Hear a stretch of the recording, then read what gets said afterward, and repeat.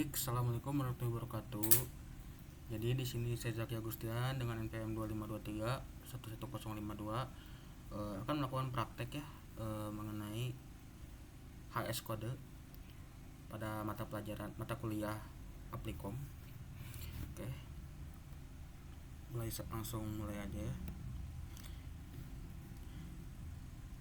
Tuh, tanamkan. Jadi apa sih yang dimaksud dengan HS kode ya? Jadi HS kode atau Harmonized System itu adalah suatu daftar penggolongan barang yang dibuat secara sistematis dengan tujuan untuk mempermudah penarifan, transaksi perdagangan, pengangkutan dan statistik yang telah diperbaiki dari sistem klasifikasi sebelumnya. Nah, jadi HS kode di sini tuh adalah yang paling menentukan tarif atau bea yang masuk serta menentukan pajak dari impor yang harus dibayarkan kepada negara. Serta di sini juga untuk mengidentifikasi barang ekspor impor yang dikelola dalam suatu negara, terus menentukan apakah barang itu memerlukan izin khusus gitu. Untuk di Indonesia sendiri, untuk pengklasifikasian HS code itu ada terdiri dari 10 digit nomor, diantaranya 6 digit nomor yang berada di depan dibuat oleh World Customs Organization yang berlaku secara internasional, dan sementara ada 6 digit lainnya tuh diperluas dari menjadi subkategori tambahan oleh masing-masing negara penggunanya. Nah, contoh yang paling umum ya di Indonesia itu pengklasifikasiannya tuh seperti ini. Jadi di bab awalnya itu ada jenis komoditas ya, ini seperti ini. Untuk di awalnya tuh ada jenis komoditas barang ya. Nah, itu diklasifikasikan ke bab awal kayak 01 ini. Selanjutnya 2 digit berikutnya tuh akan menunjukkan ya subbab dari produk tersebut tanpa berlama-lama, contohnya seperti ini.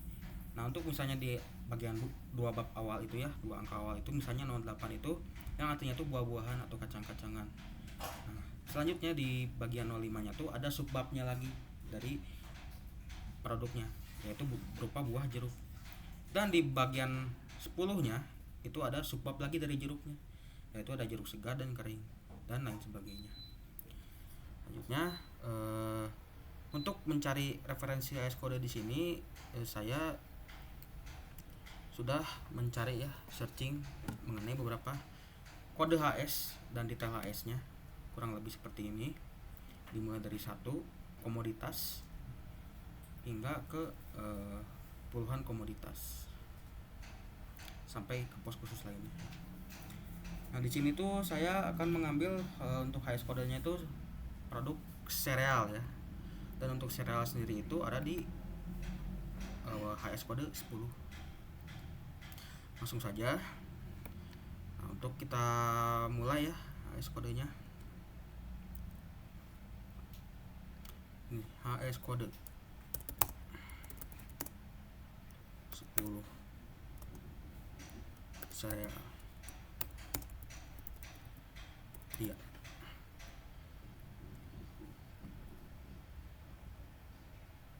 Oke.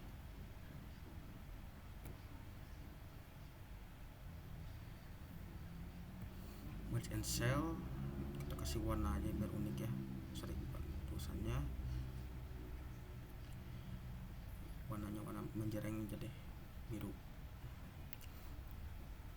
Nah, di sini juga saya memiliki niat untuk memberikan ya hasil riset berupa misalnya dinamik chart line, terus ada kolom-kolomnya, apakah hasil ekspor dari Indonesia ke negara lain itu kebanyakan ekspor, grafiknya kayak seperti gimana, jika misalnya defisit, grafiknya menunjukkan seperti gimana gitu.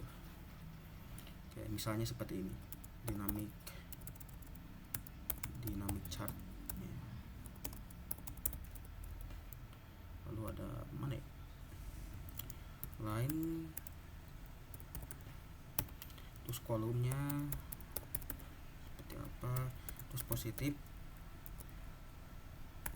atau negatif. Nah, rapihin. Oke. Nah, untuk membuat grafiknya tuh kita kasih jarak di bawahnya ya.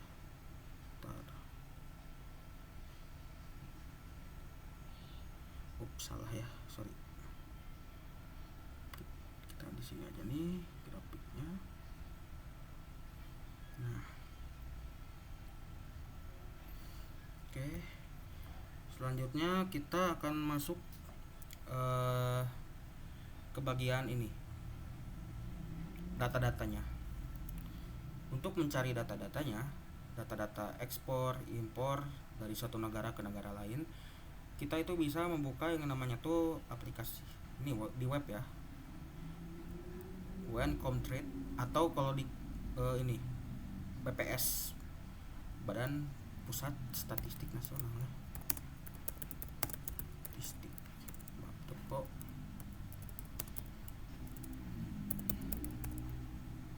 tipe nasional ini, tapi karena saya terbiasa menggunakan Comtrade bisa.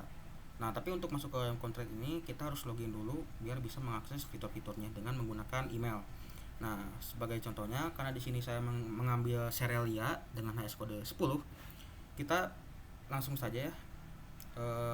Sebagai contohnya, untuk HS kode ini 10 nih, dengan reporternya itu kita sebagai eksportirnya Indonesia ke negara lain, atau lebih tepatnya ke seluruh dunia. Langsung untuk trade flow-nya itu ada ekspor atau impor. Nah, kita milih dulu ekspor ya.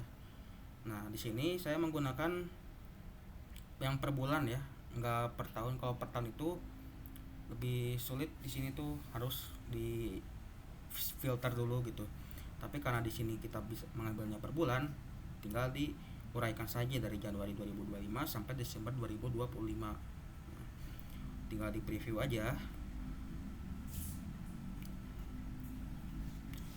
Agak ngelag. Nah, di sini dapat tuh ekspor Indonesia ke dunia ya. Nah, kita fokusnya itu ini kan udah diklasifikasiin dari bulan Januari sampai Desember 1 sampai 12. Nah, kita fokusnya ke trade value-nya yang ini. Nah, kita masuk dulu ke Excel lagi ya untuk menyusun laporannya. Nih, untuk laporannya kita bisa menulis mon atau bulan ya. Terus ada ekspornya berapa,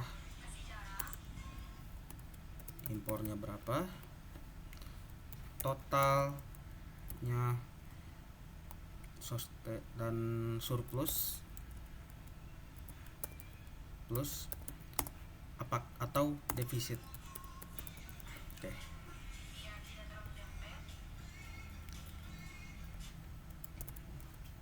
Langsung aja masukin Jan Feb biar singkat, kita double klik terus ke bawah sampai Desember.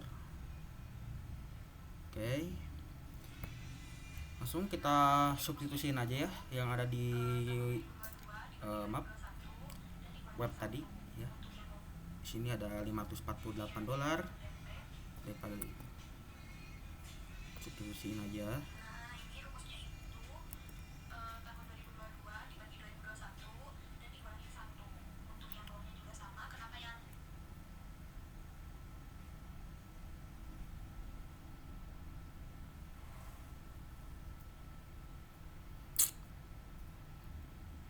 Dipercepat aja deh kali.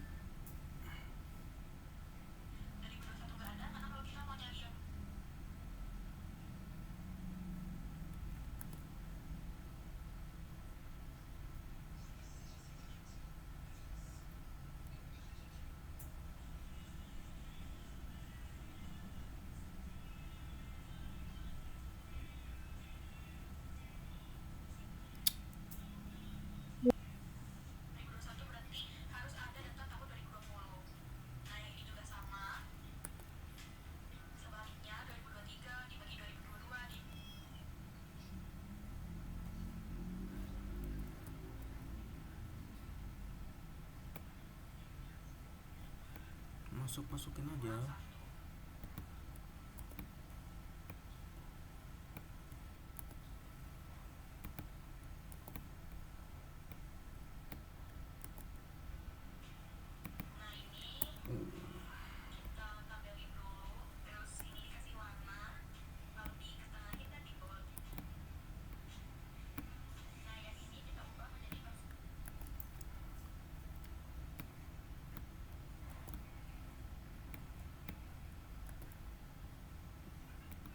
naik turun ekspornya.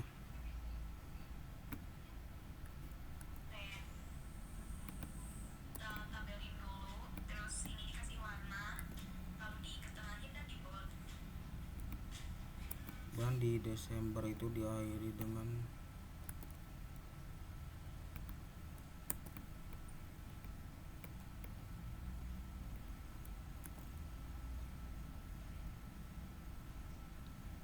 ini bisa di aja tulisannya diatur-atur ya. One berarti one tulisannya 12 ya.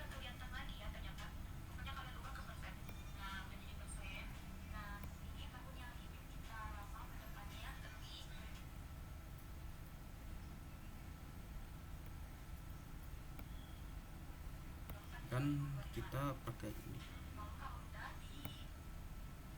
Nah, dan juga pakai dolar ya. Nah, seperti ini. Terus kita decrease ya, hapus desimalnya. Oke. Untuk ekspornya dapat. Dan untuk impornya kita lakukan hal yang serupa ya, dengan cari hal yang serupa.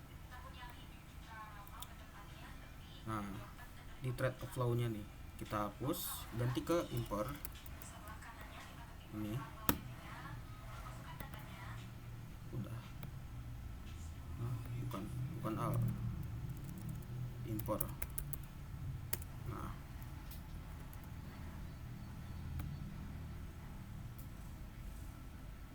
langsung kita preview.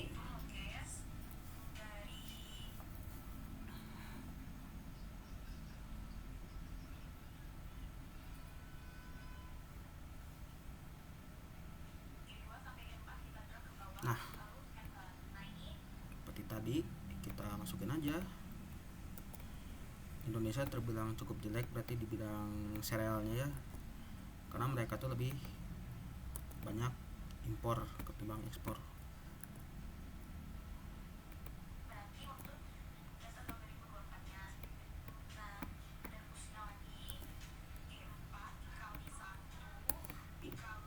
Rata-rata untuk impornya sendiri itu hampir menyentuh ratusan juta ketimbang ekspor yang hanya menyentuh ribuan, ratusan ribu. Indonesia memang sangat jelek berarti di komoditas serealnya.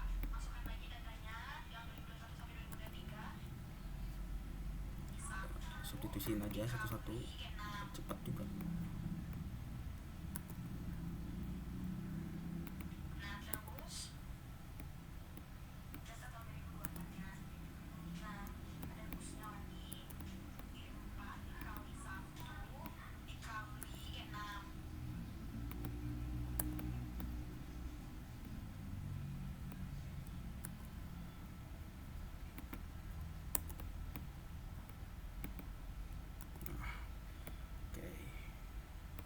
Tinggal tulisannya disesuaikan aja, ukurannya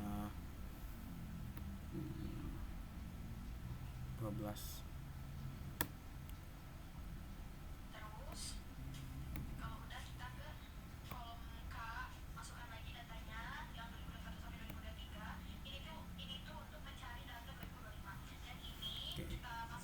Terus kita ini ya, alignment biasa, number pakai dolar. Dan jangan lupa di decrease, dihapus itunya ya, belakangnya. Terus untuk totalnya sendiri kita bisa menggunakan rumus, yaitu ekspor dikurang impor, hasilnya berapa? Yap, hasilnya ada segini, jangan terlalu ini ya. Nah, untuk jika misalnya ada tanda kurung seperti ini, kita custom aja, yaitu dengan number ya, bukan general number. Terus kita dolarkan. Berarti kayak gini.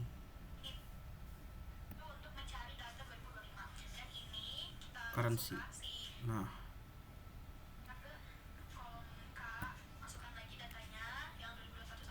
karena minus. Nah,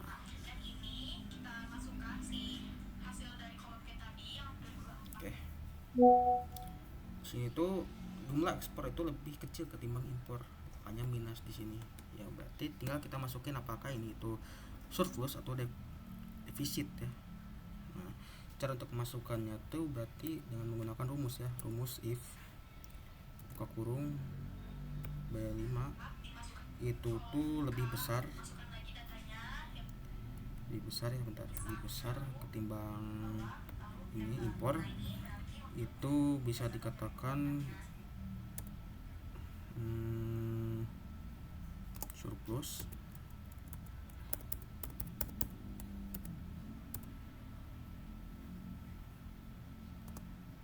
Cuman kalau misalnya defisit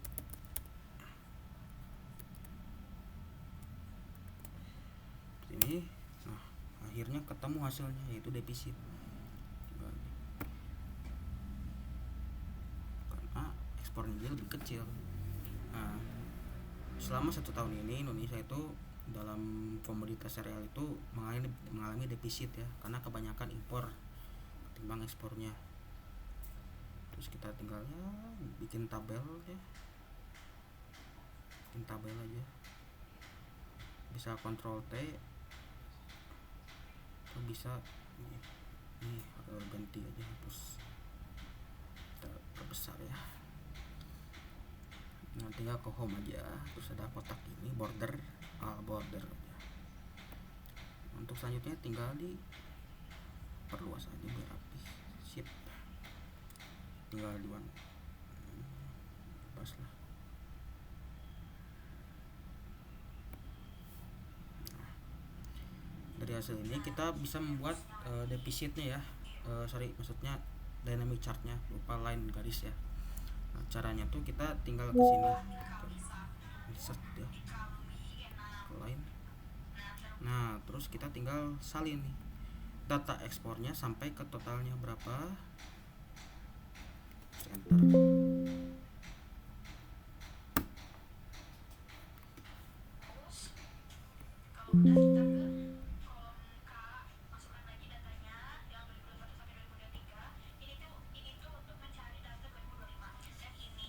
Sini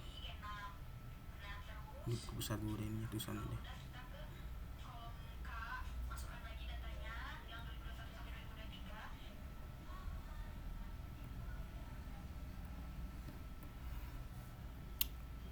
Insert line data range, oke. Valid ya.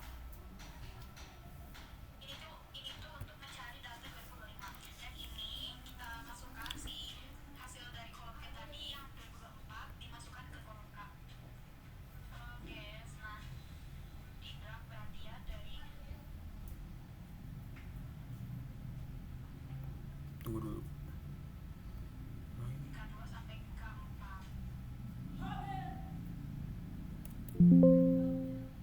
Not valid.